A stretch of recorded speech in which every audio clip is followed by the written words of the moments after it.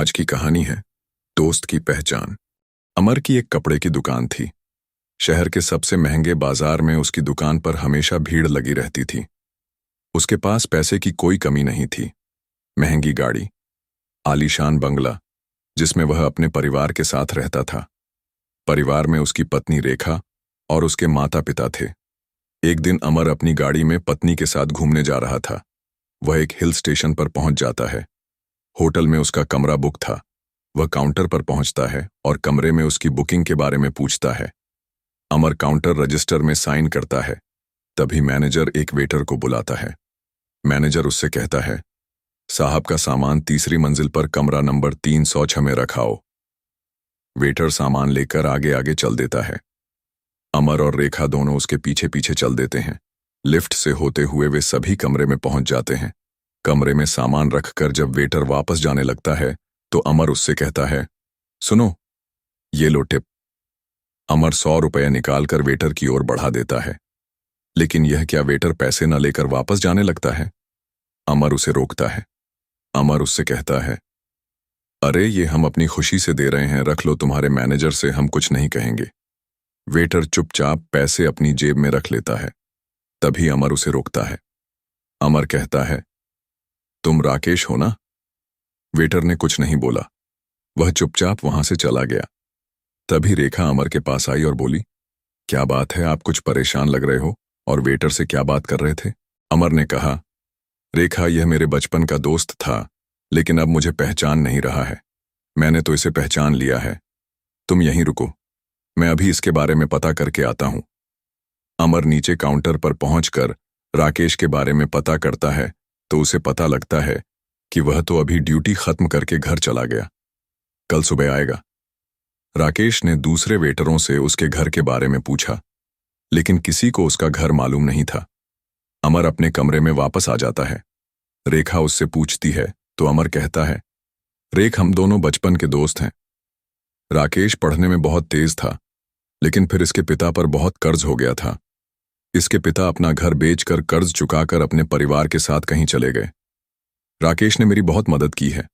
अगर वह नहीं होता तो मैं यहां तक नहीं पहुंच पाता। अगले दिन राकेश काम पर नहीं आया। राकेश के घर का पता भी नहीं लग पा रहा था। अमर और रेखा घूमने निकले, लेकिन अमर का मन किसी चीज में नहीं लग रहा था।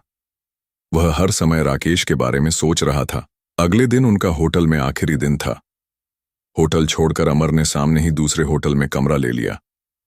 रेखा के पूछने पर उसने बताया, रेखा, राकेश अपनी गरीबी के कारण मुझसे नहीं मिलना चाह रहा है, इसलिए ही मैंने होटल बदल लिया है। उसे पता होगा कि हम होटल कब छोड़ने वाले हैं। सामने होटल में बालकनी से अमर पहले वाले होटल में नजर रख रहा था। चौथे दिन राकेश काम पर आया। अमर ने उसे देखा और वह तुरंत होटल में पहुंच गया।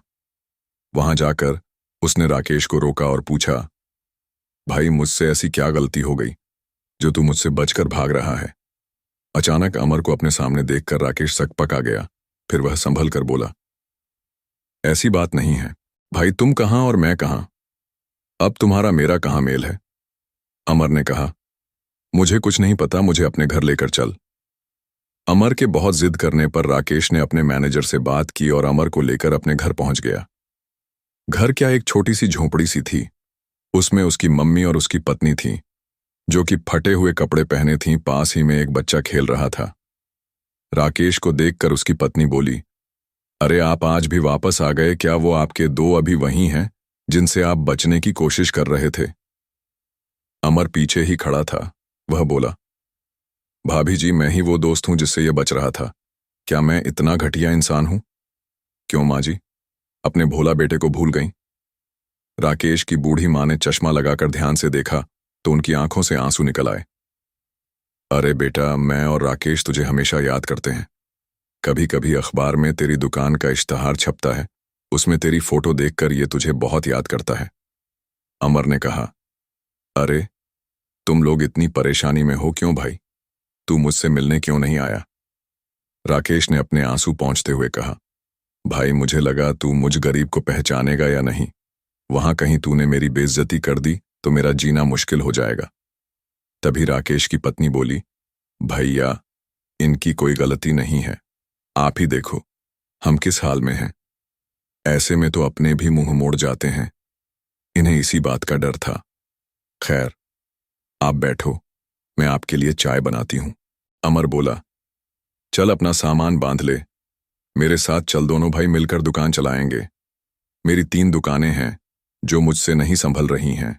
राकेश ने कहा, नहीं भाई, मैं ठीक हूं, तुझे मैं आज भी याद हूं, यही बहुत है। अमर ने उसे डांटते हुए कहा, तेरा तो मुझे पता नहीं, लेकिन अपनी माँ और भाभी को मैं इस हाल में नहीं देख सकता। मैं इन्हें ले जा रहा हूं, तेरा मन हो तो आ जाना। राकेश मना करता रहा, लेकिन अमर नहीं माना। वह बोला, जानता है तूने बचपन में मेरी कितनी मदद की है। मैं कितना गरीब था, मेरे पास किताबें खरीदने के पैसे नहीं होते थे। तूने मुझे अपनी किताबें दी और स्कूल में इसी बार पर तेरी कितनी पिटाई होती थी। आज मैं जो कुछ भी हूं तेरी वजह से हूं। वैसे बाबूजी कहाँ गए? राकेश बोला, भाई वो तो गांव छोड़ने के 6 महीने बाद ही खत्म हो गए। उन्हें लग रहा था उनकी वजह से उनका परिवार मुसीबत में है, तब से हम ऐसे ही गुजर बसर कर रहे हैं। अमर उन्हें सामान बांधने का बोलकर वापस होटल आया और रेखा को सारी बात बताई। रेखा बहुत खुश हुई, उसका पति अपने दोस्त की मदद कर रहा है।